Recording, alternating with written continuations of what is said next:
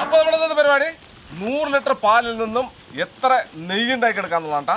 നമ്മൾ പണ്ട് കാലത്തൊക്കെ വീട്ടിൽ തന്നെ ഈ തൈര് ഉണ്ടാക്കിയിട്ട് അതിന് കടഞ്ഞിട്ട് അതിൽ നിന്ന് വെണ്ണ എടുത്തിട്ട് അതിൽ നിന്ന് നെയ്യ് ഉണ്ടാക്കട്ടാ.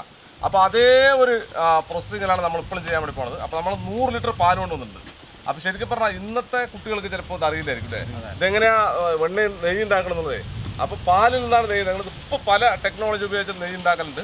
പക്ഷെ നമ്മൾ ആധുനികമായ ടെക്നോളജി ഉപയോഗിച്ച് നമ്മൾ നെയ്യ് എങ്ങനെ ഉണ്ടാക്കാന്നുള്ളത് നമുക്ക് നോക്കാം. ഒരുപാട് കപ്പുണ്ടാവും. പാലൊഴിച്ചിട്ട് പിന്നെ നമുക്ക് ഒഴിച്ചു ഒന്നുമില്ല, ശുദ്ധമായ പശുവിൻ പാലാണ്. നല്ല കട്ടിയുള്ള പാലില്ലേ. നല്ല 150 ലിറ്ററിൻ്റെ ഇതാണ് ഉരുളി. ചെറിയ പൊട്ടും പൊടിയൊക്കെ ഉണ്ട്, അതാണ് അരിച്ച്. എന്നിട്ട് കൈയടക്കാണ്ട് ഇളക്കണം കേട്ടാ, ഇല്ലെങ്കിൽ അടുക്കി പിടിക്കും. പാലിങ്ങനെ ഊറിയിട്ടല്ലോ അടിയിൽ പോയി പിടിക്കും. ഇളക്കിക്കൊണ്ടേ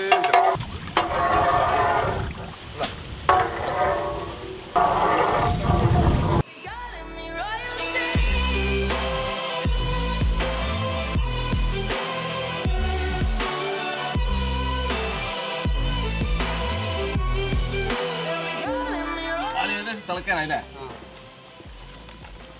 ഒന്ന് തിളച്ചാണ് നമുക്ക് ഇതിനൊന്ന് ചൂടാക്കി എടുക്കണം. നമ്മുടെ പാല് നല്ലോണം തിളച്ചിട്ടാ. ഇനി നമുക്ക് ഇതിനൊന്ന് ആറാൻ വെക്കണം. ആറിയതിന് ശേഷമേ നമുക്ക് എന്ത് കാട്ടാൻ പറ്റുള്ളൂ, അടുത്ത തൈരിലേക്ക് നമുക്ക് പോകാൻ പറ്റുള്ളൂ. നല്ല പരന്ന പാത്രത്തിൽ ഒഴിച്ചാലേ പെട്ടെന്ന് ആറി കിട്ടും.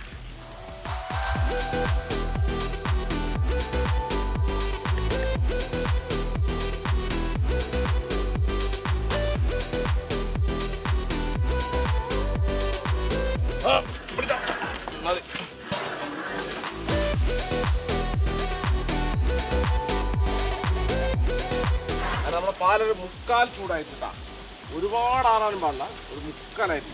ഇതിലാണ് നമ്മൾ ഓരോ ഒഴിച്ചിട്ട്.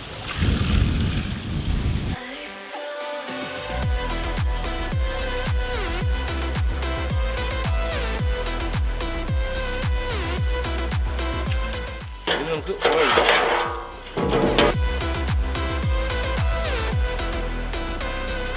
നമുക്ക് ഉറ ഒഴിക്കട്ടാ. ഇതിലാണ് ശരിക്കും തൈരാണ്.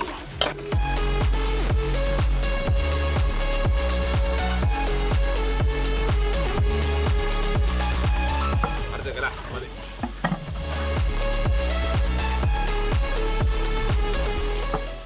ഇനി ഇത് 6 മണിക്കൂർ മുതൽ 10 മണിക്കൂർ അല്ലേ, ഇങ്ങനെ അനങ്ങാതെ റൂം ടെമ്പറേച്ചർ വെച്ച് കഴിഞ്ഞാൽ ഇത് നല്ല കട്ട തൈരായി മാറും.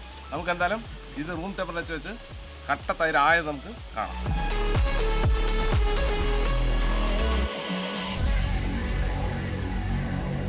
അങ്ങനെ നമ്മൾ ഒരു രാത്രി മുഴുവൻ വെച്ച് നമ്മുടെ പാലിൽ നമ്മൾ ഉറവിച്ച് വെച്ചത് നല്ല അടിപൊളിയായിട്ട് കട്ട തൈരായിരുന്നു കേട്ടോ. നല്ല കട്ട തൈര് പറഞ്ഞാൽ കട്ട തൈര്. ഇനി നമുക്കിതിനെ വെണ്ണയൊക്കെ എടുക്കണം അല്ലേ. ഈ വെണ്ണയൊക്കെ എടുത്തതിന് ശേഷമാണ് നമ്മൾ നെയ്യൊക്കെ എടുക്കാൻ പറ്റേട്ടാ. ഇതാ തൈര് പറഞ്ഞാൽ ഇതാണ് മൂനെ തൈര്. ഇതാ എല്ലാം നല്ല കട്ട തൈരായിട്ടുണ്ട്. അപ്പോൾ നമുക്ക് അടുത്ത പണി തുടങ്ങാം. നമുക്ക് എന്താ തൈര് തൈരട്ടാ.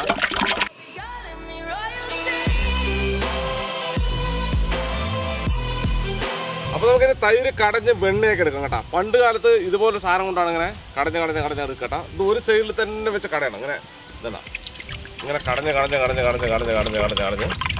ഇങ്ങനെ വെണ്ണയൊക്കെ എടുക്കും. പക്ഷേ ഇതുകൊണ്ടിപ്പോൾ നമ്മൾ കടയാന്ന് കഴിഞ്ഞാൽ ഒരു 15 ദിവസമെങ്കിലും മിനിമം കടയണം ഇത് വെണ്ണയാകണമെങ്കിൽ. അപ്പോൾ നമുക്ക് എന്ത് കാണിക്കാം, നമുക്ക് ബീറ്റർ ഇട്ടിട്ട് ഈ മെഷീൻ കൊണ്ട് നമുക്ക് കറക്കാം. നമ്മളിപ്പോൾ 5 കുടത്തിലെടുത്തിട്ടു.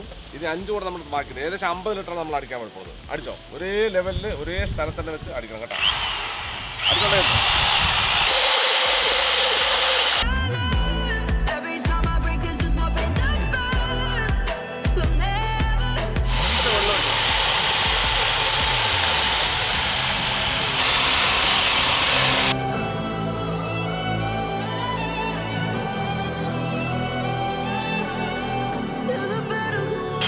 സംഗതി വെണ്ണ വന്നതാ, സ്ഥലമില്ലാതെ എന്ത് കാണിക്കുന്നത്, ഇതൊക്കെ അങ്ങനെ പൂവാണ് അല്ലേ.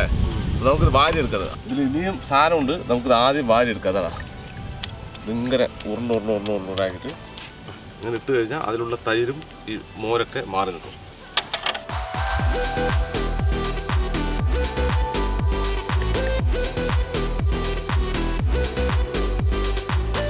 ബാക്കി കൂടി നമ്മൾ അടിച്ചെടുത്തിട്ടുണ്ട്. കണ്ടാ നല്ല ഒറിജിനൽ വെണ്ണ.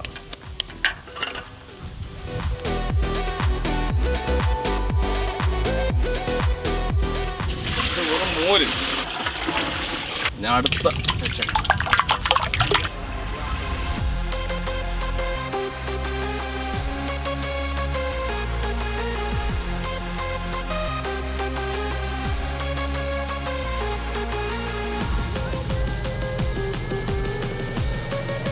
നമ്മുടെ വെണ്ണ രണ്ടാമത്തെ സെക്ഷനിലെ വെണ്ണയും വന്നിട്ടുണ്ട്. ഇതണ്ട എന്താ വെണ്ണല്ലേ, ഇത് നല്ല ചൂട് കാലമായതുകൊണ്ട് കേട്ടാ കഴിക്കാം.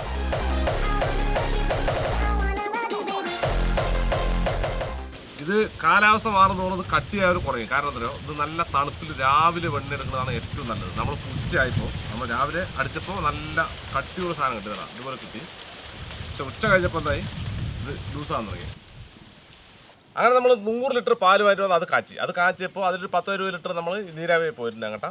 അതിന് നമുക്ക് ബാക്കി 80 ലിറ്റർ നമുക്ക് കാച്ചിയ പാൽ കിട്ടി. അതിൽ നമ്മൾ ഉറയൊഴിച്ച് വെച്ച് അതിന് തൈരാക്കി എടുത്തു. തൈര് 80 ലിറ്റർ ഏകദേശം കാണും. പിന്നെ 80-75 ലിറ്റർ ഉണ്ടാവും തൈര്. ആ തൈര് നമ്മൾ കടഞ്ഞ് വെണ്ണയാക്കി എടുത്തു. ഈ വെണ്ണ കടയാന്ന് പറയുമ്പോൾ നമ്മൾ രാവിലെ കടയാണെങ്കിൽ കുറച്ച് കൂടുതലായിട്ട് കിട്ടും. അതുപോലെ തന്നെ പശുവും പാലിൽ നല്ല കൊഴുപ്പുണ്ടെങ്കിൽ നല്ലോണം വെണ്ണ കിട്ടും. അതേപോലെ തന്നെ എരുമ പാലാണെങ്കിൽ കുറച്ച് കൂടുതൽ കൊഴുപ്പുള്ള പാലാണ്, അതിൽ കൂടുതലായിട്ട് വെണ്ണ കിട്ടാൻ സാധ്യതയുണ്ട്. അപ്പോൾ നമ്മളിപ്പോൾ ഒരു 80 ലിറ്റർ നമ്മൾ കടഞ്ഞെടുത്ത് ഇത്ര വെണ്ണ കിട്ടിയിട്ടുണ്ട്. പിന്നെ നമ്മൾ കടയുന്ന സാഹചര്യം, കടയാൻ ഉപയോഗിക്കുന്ന സാധനം ഇതിനൊക്കെ ഡിപ്പെൻഡ് ചെയ്തിരിക്കും. അതുപോലെ തന്നെ കാലാവസ്ഥ, രാവിലെ തണുപ്പത്തൊക്കെ നമ്മൾ കടയാണെങ്കിൽ കൂടുതലായിട്ട് വെണ്ണ കിട്ടും. അതേപോലെ തന്നെ ഉച്ചയ്ക്കാകുന്ന സമയത്ത് കടഞ്ഞു കഴിഞ്ഞാൽ വെണ്ണ കുറയാനുള്ള സാധ്യത കൂടുതലാണ് കേട്ടോ. അപ്പോൾ നമുക്ക് എന്തായാലും ഒരു 3-4 കിലോ വെണ്ണ കിട്ടിയിട്ടുണ്ട്. സാധാരണ 1 ലിറ്റർ തൈരിന്ന് ഏകദേശം 20 മുതൽ 40 ഗ്രാം വരെയൊക്കെ വെണ്ണ കിട്ടാറുള്ളൂ എന്നാണ് പറയുന്നത് കേട്ടിട്ടുള്ളത്. അപ്പോൾ നമുക്ക് എന്തായാലും ഒരു 2-3-4 കിലോ വെണ്ണ കിട്ടിയിട്ടുണ്ട്. ഇതിന് നമുക്ക് എന്ത് കാണിക്കണ്ടേ, ഇനി ഉരുക്കി എടുത്തിട്ട് നമുക്ക് ഇതിന് നെയ്യാക്കി മാറ്റണം. ഇനി വെണ്ണ എടുത്ത് പതുക്കെ ചട്ടിയിൽ ഇത് ഉരുക്കി തരണം.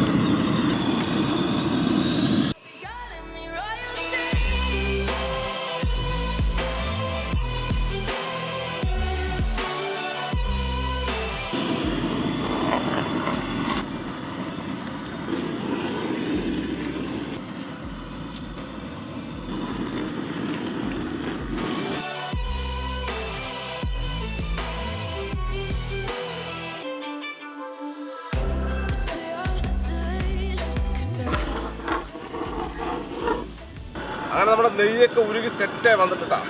ഇനി നമുക്ക് അടുപ്പ് ഓഫാക്കാം, കാരണം ഇനി വെച്ചാൽ അത് കരിഞ്ഞു പോകും.